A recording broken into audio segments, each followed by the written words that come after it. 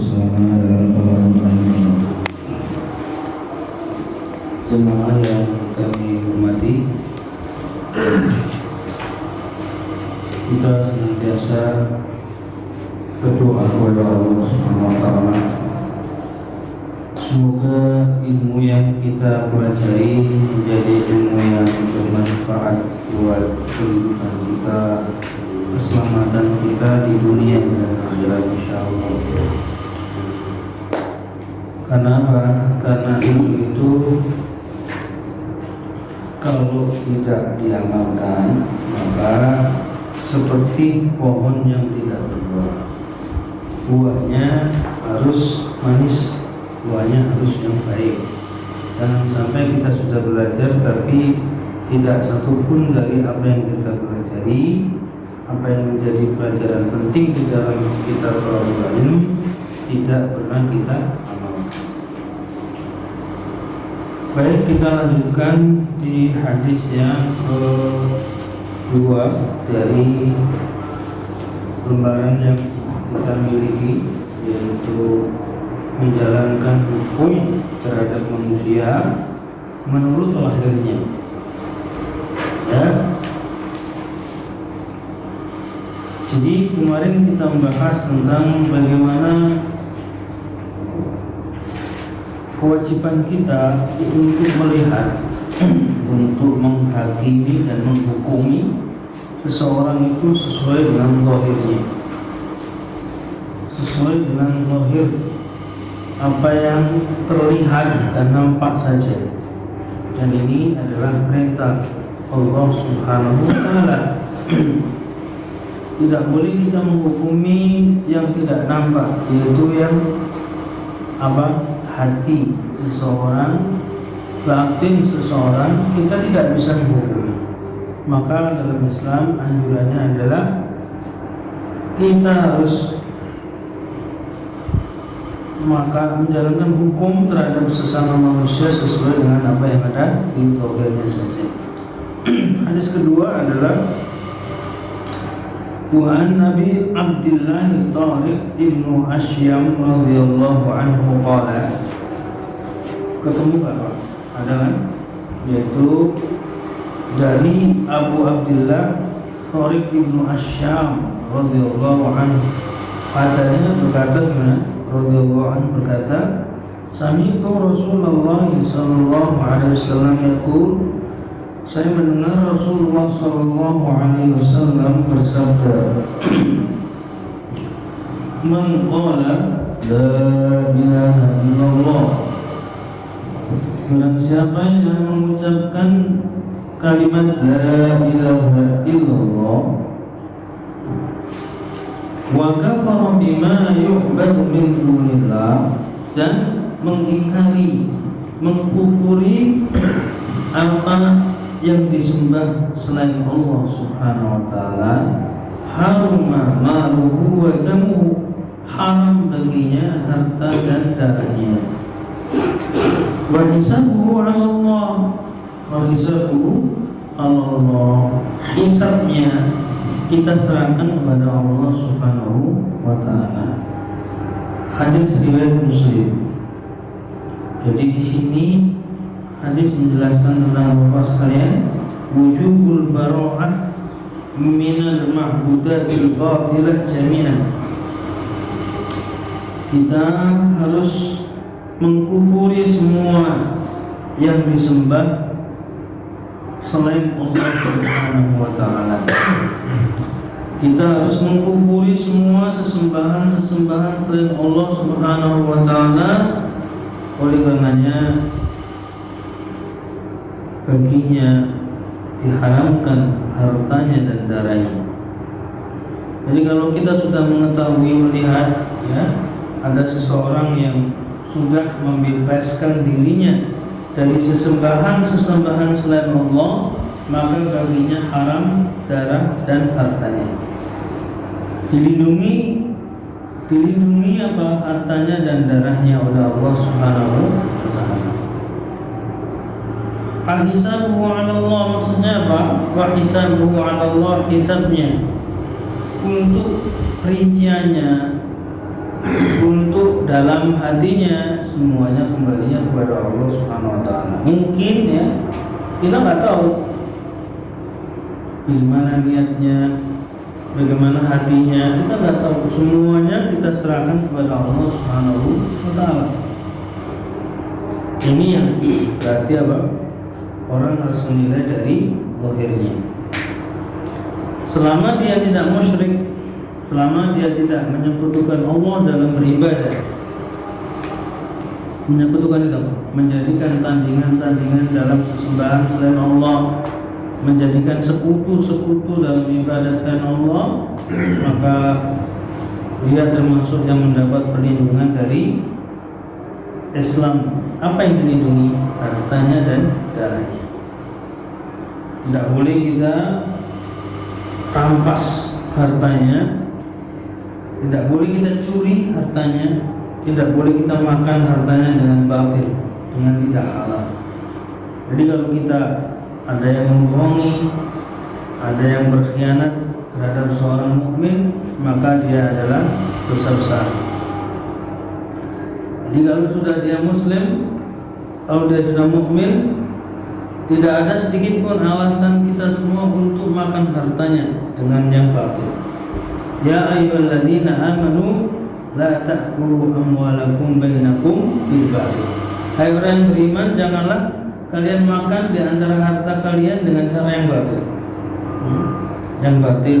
Jadi hartanya tidak boleh kita rampas atau kita ambil dengan cara yang tidak halal. Entah ditipu, entah dirampok, dimaling. Nah, ini semua adalah dosa. Kita sedikit pun harus melindungi, tidak boleh sedikit pun mengambil, bahkan harus melindungi kalau ada yang sengaja diambil atau dicuri. Begitu juga dengan darahnya. Kita nggak boleh menyakiti, nggak boleh menghabisi atau mengalirkan darah di dalam diri seseorang mukmin. Kemudian di sini diakhiri dengan apa tadi? Hisabu 'ala Allah. Hisab itu artinya apa? Untuk menghitung ya, sejauh mana kekuatan iman, sejauh mana dia dalam beriman, itu bukan urusan kita. Selama dia sudah mengucapkan la ilaha illallah, selama itu pula dia sudah menjadi seorang mukmin. Jadi kalau kita harus menanyakan kamu benar apa enggak, kamu itu niatnya baik apa enggak, kamu niatnya ikhlas apa enggak, itu enggak urusan kita. Kalau ada orang masuk Islam dan mengucapkan kalimat itu, kita enggak perlu menanyakan kamu ini tujuannya apa dan seterusnya. Zahirnya saja sudah cukup ya, kita mengatakan bahwa dia sudah Islam, sudah mukmin, dan itu harus kita lindungi ya. Entah kehormatannya, entah hartanya dan seterusnya harus kita lindungi dari orang-orang yang tidak bertanggung jawab. Baik, di sini ada satu cerita kisah hadis yang kedua. Ini adalah kisah bagaimana seseorang harus selalu menghukumi dengan zahir. Yang hadis ini hadis dari Abu Ma'bad, panjang itu, yaitu Al-Miqdad bin Aswad radhiyallahu anhu qala qultu li Rasulillah sallallahu alaihi wasallam. Saya mengatakan kepada Rasulullah sallallahu alaihi wasallam, ara'aita in laqaitu rajulan minal kufar faqtatalna. Bagaimana pendapat engkau ya Rasulullah ketika kami bertemu dengan orang kafir, orang-orang kafir, kemudian kami faqtatalna, kami berperang, ketemu terus berperang. Jadi perperangan ini adalah perperangan yang dibolehkan. Ketika kita bertemu dengan orang kafir, dia menyerang, kita juga ikut menyerang. Akhirnya apa? Kita saling berperang. Fadaraba ihda yadayya bisayfi faqata'aha. Fadaraba ihda yadayya bisayfi faqata'aha. Kemudian tangan saya di situ apa? Terpotong atau putus dengan pedangnya orang kafir. Setelah berperang, ternyata tangan saya ini kena dengan pedangnya orang kafir tersebut. Thumma la minni bisyajaratin faqala. Kemudian dia lari, lari menghilang dari saya, ngumpet di dalam sebuah atau di bawah pohon. Telah memukul tangan saya, potong putus, kemudian dia lari dari saya, kemudian dia berada di bawah pohon. Kemudian apa? Faqala, dia mengatakan aslamtulillah, saya sekarang sudah beriman. Aslamtu, saya Islam lillah, karena Allah SWT. Aqtuluhu ya Rasulullah, apakah saya harus membunuhnya ya Rasulullah? Apakah saya harus membunuh dia ya Rasulullah? Ba'da an qalaha, setelah dia mengucapkan saya beriman atau Islam. Jadi ngumpet di bawah pohon, kemudian dia disamperin, dia mengatakan saya Islam, saya beriman. Kemudian dia yang tadi itu siapa? Al-Aswad tadi mengatakan, ya Rasulullah, masih boleh nggak saya membunuh dia? Karena tangan saya sudah dipotong putus sama dia. Faqala la taqtuluhu, jangan dibunuh dia. Faqultu ya Rasulullah, wahai Rasulullah, faqata'a yadayya, dia telah memutus ya tangan saya. Tsumma qala dzalika ba'da ma qata'aha, kemudian setelah memotong ya, setelah memenggal tangan saya, kemudian dia mengucapkan Islam. Faqala la taqtuluhu, kata Rasulullah, jangan dibunuh dia. Nah ini berarti apa Pak? Rasulullah mengatakan selama dia sudah mengatakan saya beriman, saya Islam, jangan dibunuh dia. Kemudian yang sahabat ini protes, dia telah memotong tangan saya, gimana? Jangan dibunuh dia. Fa'in qataltahu fa'innahu bimanzilatik qabla an taqtulahu. Paham? Fa'in qataltahu fa'innahu bimanzilatika qabla an taqtulahu. Kenapa? Kalau kamu membunuh, dia itu sudah Islam, sudah masuk Islam.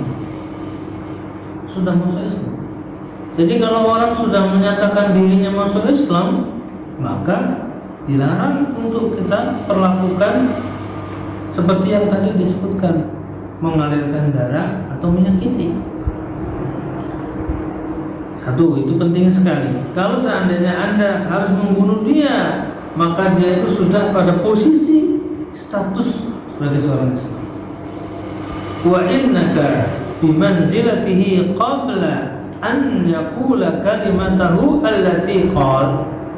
Kalau seandainya Anda ternyata membunuh juga, maka Anda termasuk pada posisi dia setelah dia masuk Islam. Apa? Maksudnya gini, kalau seandainya sahabat tadi itu membunuh, maka dia termasuk pada posisi halal darahnya, yaitu dikisos. Kenapa? Karena membunuh orang sesama muslim itu harus dikisos, harus dibunuh. Maka ada dua hal di sini. Yang pertama, kalau seandainya Anda membunuh, maka sesungguhnya posisi dia itu sudah Islam. Kemudian ketika Anda membunuh, maka Anda termasuk yang boleh tidak dialirkan darahnya, yaitu dikisos. Dan ini artinya nggak boleh. Kalau ada sesama muslim membunuh, maka dua-duanya di neraka. Kalau ada orang mukmin saling membunuh, maka dua-duanya di neraka. Yang satu dia nafsu untuk membunuh, kemudian yang satu apa? Niatnya juga untuk membunuh dua-duanya.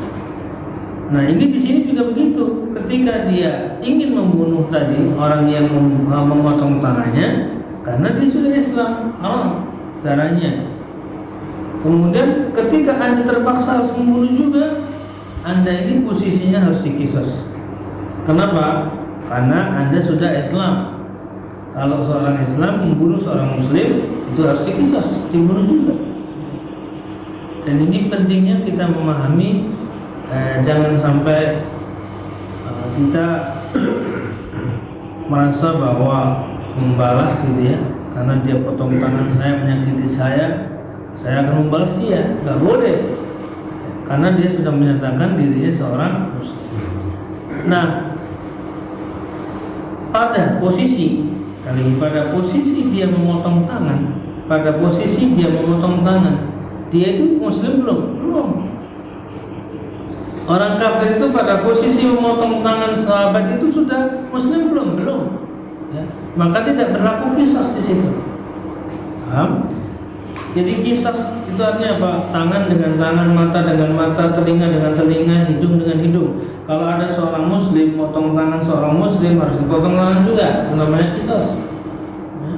Kalau ada yang nyolok matanya, nyolok juga. Ya, hidungnya hilang, hidung kan hilang juga, namanya al-ainu bil aini wal udhuna bil udhun, mata dengan mata, telinga dengan telinga, tangan dengan tangan. Nah, pada saat sahabat itu dipotong tangannya, siapa yang potong itu? Orang kafir ya. Pada saat posisi kafir tidak berlaku qisas, ya, nggak ada qisas. Tapi ketika sahabat ini nggak terima, saya ini dipotong tangan saya harus bunuh dia karena dia kafir. Padahal dia sudah mengucapkan aslamtu, saya Islam. Nah, pada saat dia sudah mengatakan saya berislam, maka di sini tidak berlaku lagi hukum membunuh, ya, karena dia adalah sudah menyatakan dirinya Islam. Nah, ini jemaah sekalian, Imam Nawawi memberikan satu faedah dalam hadis ini, ada dua. Anna man subira anhu ma yadullu ala dukhul fil Islam, anna man sadara anhu ma yadullu ala dukhul fil Islami min qawlin aw fi'lin haruma qatluhu. Ya, sesungguhnya siapa yang telah menunjukkan atau menampakkan bahwa dirinya telah masuk Islam, baik dari perkataannya maupun perbuatannya, maka diharamkan baginya untuk dibunuh. Dibunuh. Ini adalah terkait dengan hukum yang ada dalam hadis ini. Jadi jamaah sekalian, berlaku untuk kita semua di sini bahwa Islam ini, sekali lagi, Islam ini adalah agama yang damai, agama yang aman di dalamnya. Selama itu muslim, selama itu mukmin, maka harus selalu kita jaga kehormatannya dan darahnya. Jadi jangan sampai kita yang sudah mengenal namanya Islam dan kita muslim masih mudah untuk menghilangkan nyawa seorang muslim, atau memberikan satu stigma, ya, kepada seorang muslim dengan sesuatu yang merendahkan martabat atau merendahkan kedudukannya. Jangan, karena dia seorang muslim yang sama dengan kita, harus selalu dijaga dan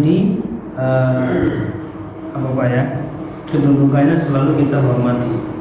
Nah, ini yang disebutkan Imam Nawawi nomor 1. Yang kedua, wa anna man qatalahu aliman bi hurmati dzalika lazimul qisas. Ketika ada orang yang membunuhnya dan tahu dia itu sudah masuk Islam, sudah tahu dia itu mukmin, maka berlaku baginya adalah hukum qisas. Ketika ada orang yang sengaja membunuh dan dia tahu bahwa dia muslim, dia tahu dia adalah orang mukmin, maka lazimul qisas, baginya wajib diqisas.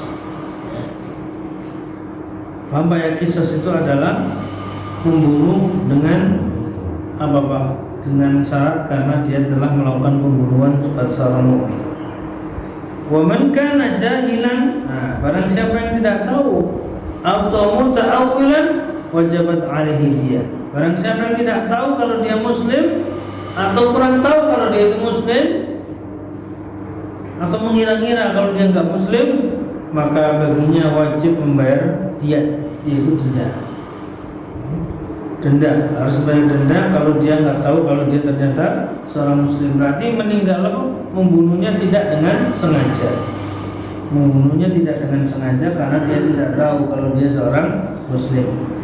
Kama waqa'a li ba'd as-sahabah annahum qatalu ba'd an-nas ba'da an azharul Islam. Seperti banyak dulu terjadi pada para sahabat ketika membunuh sebagian dari orang-orang yang sudah masuk Islam tapi nggak tahu kalau dia Islam. Fadhannu annahum innama fa'alu dzalika khaufan minal qatli faqataluhu. Mereka mengira saja ini belum masuk Islam dipukul, dibunuh karena mereka sebelumnya adalah orang kafir. Fawaddahum Rasulullah sallallahu alaihi wasallam, maka Rasulullah mewajibkan baginya untuk membayar fidyah, yaitu denda dari karena membunuh dengan tidak sengaja. Jadi seorang mukmin itu kalau membunuh dengan sengaja maka harus diqisas. Kalau dia tidak sengaja, tidak muta'ammid, maka dia cukup bayar fidyah ke ahli warisnya saja. Dan ini bagian dari hukum yang berlaku di dalam Islam. Nah, sekalian, di sini ada hadis Rasulullah SAW yang panjang juga, ya. Saya tidak membacakan untuk saat ini, tapi cukup saya ingin menyampaikan bagaimana hukum tentang kita saat ini yang menghadapi banyak orang-orang yang kafir, tapi kafirnya adalah sembunyi-sembunyi atau kafir yang tidak terang-terangan. Jadi kita saat ini posisinya begini. Kita saat ini adalah posisinya tetap mengedepankan hukum zahir seseorang. Mau dia munafik, mau dia kafir, tapi kalau selama di depan kita dia menyatakan saya muslim, saya sholat dan seterusnya, maka hukum yang berlaku bagi kita jemaah sekalian adalah kita perlakukan seperti orang muslim yang lain. Tidak ada, sekali lagi, kita harus mengetahui detailnya bagaimana kamu dulu masuk Islam, terus bagaimana kamu kok bisa masuk Islam, bagaimana keluarga kamu. Itu urusannya adalah urusan masing-masing. Dan kita dihadapkan dengan suatu keadaan yang memang Islam kita ini adalah Islam hanya pernyataan. Pernyataan itu adalah hanya mengucapkan kalimat-kalimat la ilaha illallah. Kita tidak tahu bahwa Islam itu ada di dalamnya syariat-syariat, ada hukum-hukum yang berlaku untuk kita semua. Jadi kalau urusan bagaimana dia itu penegakan hukum dalam dirinya atau dalam hatinya, itu bukan urusan kita. Urusan kita adalah urusan zahir masing-masing kita. Kenapa Allah mengatakan wa hisabuhum 'ala Allah? Karena tidak ada yang bisa menghisab, tidak ada yang bisa menghitung dari apa yang kita lakukan semua ini, hanya Allah Subhanahu wa ta'ala. Menghitung apanya? Menghitung setiap amal yang kita lakukan urusannya adalah kepada Allah Subhanahu wa ta'ala.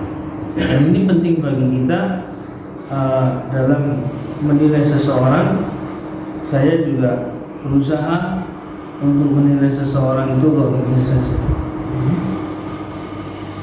Saya tidak bisa menghukumi karena kesalahan sedikit kemudian saya menghakimi atau menghukumi dengan hukum yang umum yang terjadi. Seperti saya tahu dia sholat, udah selesai. Kalau dia sholat saudara kita, mau sholatnya setahun sekali, mau sholatnya seminggu sekali, itu urusan dia, ya. Tapi ketika sholat ini menjadi satu tiang bagi seorang mukmin, ya dia sholat. Mau gimana lagi? Ketika dia meninggal mau disolatkan di masjid, ya monggo, karena dia sholat. Urusan sholatnya bagaimana dia, itu urusan dia. Maka seharusnya seorang hakim, seorang waliul amri, pemimpin itu juga begitu. Jadi menilai kita rakyatnya juga begitu menilainya. Selama pemimpin kita ini masih sholat, ya, presiden kita masih sholat, yaitu saudara kita. Jadi nggak bisa kita harus menilai bagaimana seseorang di dalam Islamnya itu seperti apa, kecuali katanya tadi apa? Kecuali kita tahu bahwa dia ahli syirik, musyrik. Dan kalau sudah musyrik ini termasuk nggak darah halal? Iya, harus diperangi orang musyrik. Wa qatilul musyrikin kafah, perangi orang-orang musyrik itu secara keseluruhan. Jangan ada tersisa di dunia ini orang-orang musyrik. Itu satu.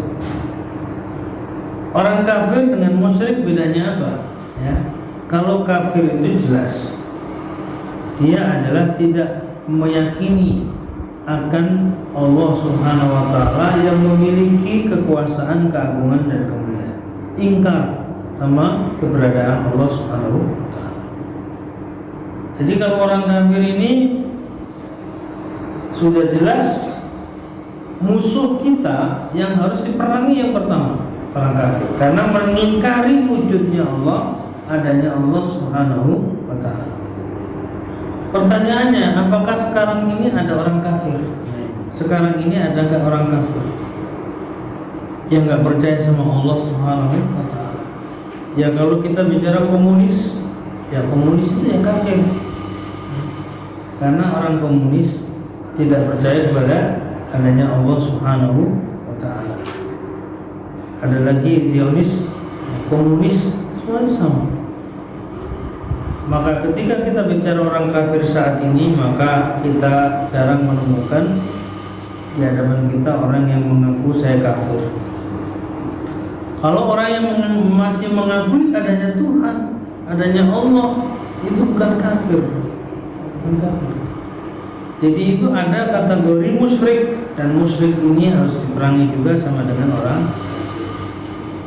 Nah, jemaah sekalian, ini yang penting bagi kita belajar hadis ini adalah supaya kita paham hukum di dalam siapa saja yang kita ingin memberlakukan dalam suatu syariat atau hukum yang ada. Nah, yang kedua, di dalam hadis ini juga kita harus belajar hati-hati. Harus hati-hati dalam menilai dan menghukumi orang. Minimal kita harus tabayun. Tabayun itu apa? Cross check. Jadi jangan buru-buru sehingga kita membunuhnya atau merampok atau merampas hartanya. Dan ini jangan sampai terjadi. Jangan sampai kita harus menilai dengan sendirinya tanpa harus kita tabayun. Dan tabayun itu perlu. Dalam Al-Quran surat Al-Hujurat Allah berfirman, ya ayyuhalladzina amanu in ja'akum fasikum binaba'in fatabayyanu. Hai orang yang beriman, jika datang kepada kalian suatu berita dari orang fasik yang tidak dikenal, maka harus ada tabayyun. Mungkin kita ada berita bahwa dia telah murtad misalnya, dia adalah orang yang tidak punya agama misalnya, maka berita yang datang dari seseorang yang kita nggak kenal, ya, yang tidak tahu kebenaran berita itu, maka harus terus tabayun. Dan ini adalah anjuran Islam. Jangan sampai kita melakukan tindakan sesuatu hanya karena apa? Berita yang tidak jelas. Menghakimi seseorang kafir itu kan nggak boleh. Kafir itu kalau kita sampai menjustifikasi orang kafir ternyata tidak benar, maka kembalinya kekufuran itu kepada kita. Jangan seperti orang-orang yang takfiri. Takfir itu apa? Memudahkan untuk mengatakan kafir kepada seseorang. Alhamdulillah kita tidak ada yang takfiri. Ya seperti jamaah-jamaah lain itu ada yang banyak takfiri. Jadi kalau bukan dari kelompok saya berarti dia kafir. Ini jamaah yang sesat. Dan insya Allah kita tidak. Kita ini cuma beda gini Pak, mungkin beda madhab, ya, beda pendapat, itu biasa kalau seorang mukmin, seorang muslim. Tapi kalau sudah beda masalah akidah, nah ini sudah masalah lagi, ya.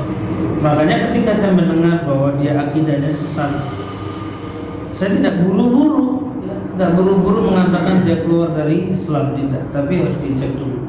Ini akidah apa? Syiah atau akidah Khawarij atau akidah yang sesat, keluar dari Islam. Nah, itu harus ditanya.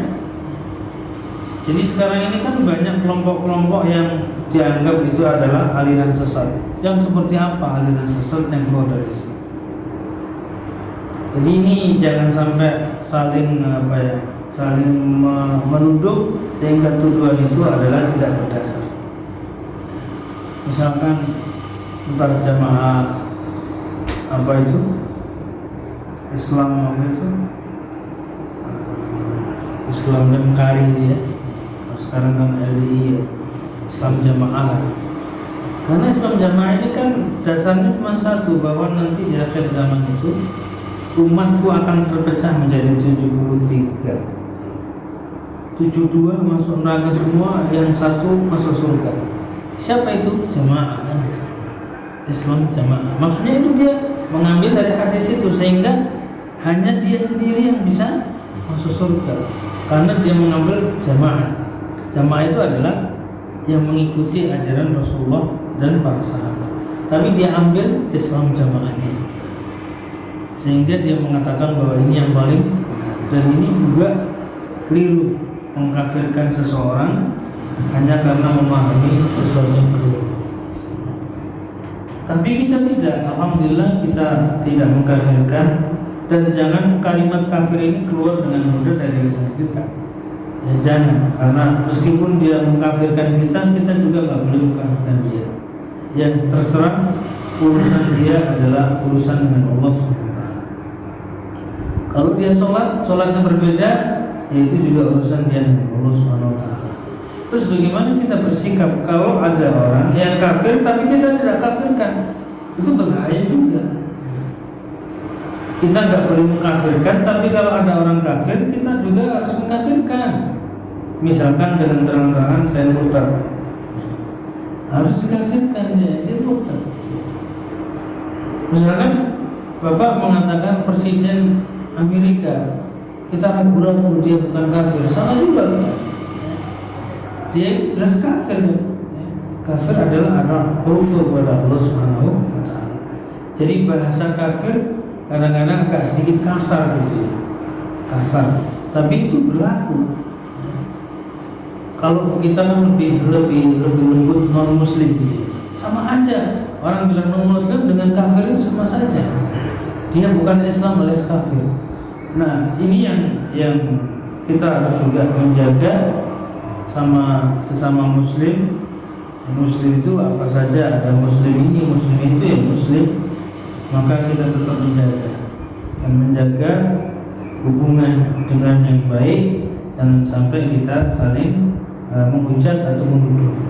Itu satu. Jadi jangan menvonis buru-buru terhadap seseorang, sehingga ketika kita sudah menyatakan bahwa dia orang kafir, maka sudah ada bahwa di situ sekat. Ya, maka Rasulullah SAW bersabda, al-ahdu bainana wa baina al-kuffar. Perbedaan antara kita dengan orang kafir tahu as-shalah, salat. Makanya kalau dia nggak sholat kafir, udah selesai itu aja. Ya. Kenapa tiangnya di sholat itu? Ya. Mau dia saya dengar kalimat syahadatnya, mau tidak syahadatnya, kalau dia misalkan nggak sholat sama sekali full, maka dia termasuk yang kafir. Nah, mengkafirkan begini ini kan nggak mudah, karena kita nggak tahu, mungkin dia sholat di rumah kan gitu. Kita juga nggak tahu, kecuali dia mengaku sendiri, saya tidak sholat dan mengatakan bahwa saya tidak meyakini sholat sebagai kewajiban, kafir aja. Selama itu yang diucapkan dia, maka itu dia adalah kafir. Dan apakah diperangi? Diperangi, Pak. Diperangi di sini artinya kita tidak boleh, ya. Tidak boleh berteman, tidak boleh kita mengajak berbicara, karena dia orang kafir yang harus dikasih apa Pak? Pelajaran. Dan orang-orang kafir seperti ini diisolasi zaman Rasul, tidak diajak bicara, karena mereka adalah orang yang sengaja mengingkari rukun dalam Islam itu. Dan seperti ini yang kita temukan, kita nggak berbicara perang yang bawa senjata, nggak ada. kita sekarang perangnya bukan itu lagi. Perangnya adalah bagaimana mensikapi orang kafir yang sekarang ini ada. Jangan sampai orang kafir kemudian kita diamkan. Kalau perangnya dia menggunakan apa Pak? Menggunakan media, kita perangi dengan media juga kan gitu. Jadi berpikir kita dengan hadis ini. Kalau hadis ini Pak, hadis ini kan terjadinya pada zaman Rasulullah. Kita sudah bukan zaman Rasul lagi. Kalau kita bicara perang sama orang kafir, perang kita bukan perang senjata lagi, tapi perang media. Dan itu yang kita pikirkan. Ya ketika dia merangi kita, ya kita perangi juga gitu. Dan peran di sini yang penting, ya peran dan fungsi kita sebagai seorang mukmin. Jadi kalau misalkan dia menghina Rasulullah, dia menghujat Rasulullah, melecehkan Islam, itu sudah memerangi kita kan? Sudah perang itu. Dan kalau sudah perang begini, kita juga harus membalas. Kita harus juga memberikan balasan dengan jawaban-jawaban atau bisa bagaimana meyakinkan mereka tentang Islam ini. Nah kita kan enggak. Kita ada yang enggak mau tahu, ada yang cuek saja, ada yang merasa bahwa itu bukan tugas saya. Nah, fungsi-fungsi yang ada kita ini harus kita jalankan. Jangan sampai kita ini merasa aman ketika kita ada yang mendengar hujatan-hujatan tentang Islam. Ini yang saya maksud. Maka ketika ada yang dipotong tangan itu di zaman Rasulullah, ya di zaman Rasulullah ketika ada yang melawan orang kafir potong tangan. Sekarang kan nggak ada kita ini yang main fisik sekarang. Orang-orang kafir sekarang nggak ada yang main fisik dengan kita, nggak berani karena jumlahnya sedikit. Kalau zaman Rasulullah banyak kafir ya. Nah sekarang sedikit minoritas mereka itu kuat sekali. Untuk kaum muslimin yang mayoritas ini, mereka memiliki senjata kuat. Apa itu? Media itu. Media yang mereka kuasai itu senjata yang paling ampuh mereka untuk memerangi Islam. Nah kita nggak menyadari itu, sehingga kita nggak siap senjata juga.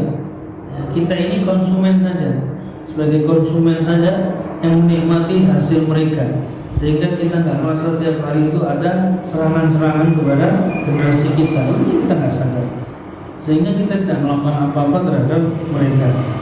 Nah ini jemaah sekalian, hadis Rasulullah ini harus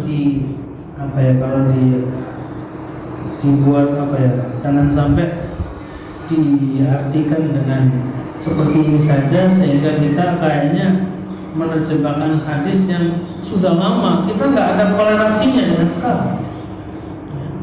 Harus dihubungkan dengan kondisi sekarang. Bagaimana kalau seandainya ada yang terpotong tangannya dulu dia mensupport ingin balas tidak? Kita sekarang sudah banyak dipotong tangan kita, tapi tangan yang tidak maksud tangan bukan. Banyak yang lehernya, banyak yang hatinya, banyak yang pikirannya sudah banyak kita dihabisin saat ini. Tapi kita tidak akan bisa kecuali harus membalas dengan kekuatan yang sama. Dan ini yang saya saksikan saat ini yang memang kondisinya sudah parah Pak. Untuk kita ini ada namanya wazul fikri. Wazul fikri itu apa? Perang intelektual. Itu di agendanya misionaris ya, Zionis itu adalah wazul fikri. Wazul fikri itu apa? Perang intelektual. Ada infiltrasi pemikiran, jadi pikiran kita ini dibuat kayak semacam merusak, diperangi terus, dan itu sudah berlaku sejak abad 20. Nah sampai sekarang ini. Dan umat Islam disadarkan dengan banyak hal, termasuk berkurangnya jumlah kaum muslimin Indonesia ini. Dulunya 90, 95, sekarang sudah mulai turun 80. Filipina itu sekarang tinggal 12%. Dulunya itu hampir 100. Singapura itu dulunya 90%, 95. Sekarang tinggal berapa persen? Filipina. Apa Singapura juga? Singapura itu kan ada yang perdana menteri yang pakai jilbab itu muslimat. Sekarang enggak. Tapi lama-lama habis. Karena memang kita tidak menyadari bahwa ada konspirasi Zionis internasional dan itu berlaku untuk kita semua. Harus dipahami kondisi saat ini bukan seperti zaman Rasulullah. Ya. Dan mungkin ya bahasa saya tidak akan terjadi perang fisik. Sebenarnya nanti nggak ada perang fisik. Yang ada perang ini, perang yang yang tidak melihatkan bahwa perang itu pakai senjata yang komplit, itu nggak ada. Tapi perang kita perang pelan-pelan begini, yang halus, ya, yang kita nggak merasa bahwa setiap hari kita melakukan peperangan. Dan ini yang disebutkan dalam hadis ini, intinya itu adalah itu, dan harus hati-hati sekali lagi kita menghadapi orang-orang sesama muslim sendiri. Ya, harus hati-hati. Entah kita meninggal karena demo misalkan, kita ini menghadapi siapa? Kalau kita demo ada yang meninggal, itu menghadapi siapa? Menghadapi umat Islam sendiri. Nah itu kan rugi. Orang mati karena dia ikut berdemo atau ikut melawan pemerintah misalkan. Nah ini kan bagian dari cara mereka supaya umat Islam itu saling perang dengan sesama muslim sendiri. Jangan sampai itu terjadi. Dan inilah Rasulullah membedakan antara kafir dengan muslim itu dibatasi, dibuat sekat supaya tahu ini lo muslim, ini lo kafir. Dan tidak boleh kita sampai ada yang menyakiti atau menodai kehormatan seorang muslim. Saya kira itu Pak, terkait dengan masalah hadis atau pelajaran hadis 2 ini. Barangkali ada yang mau tanya tentang hadis ini, silakan.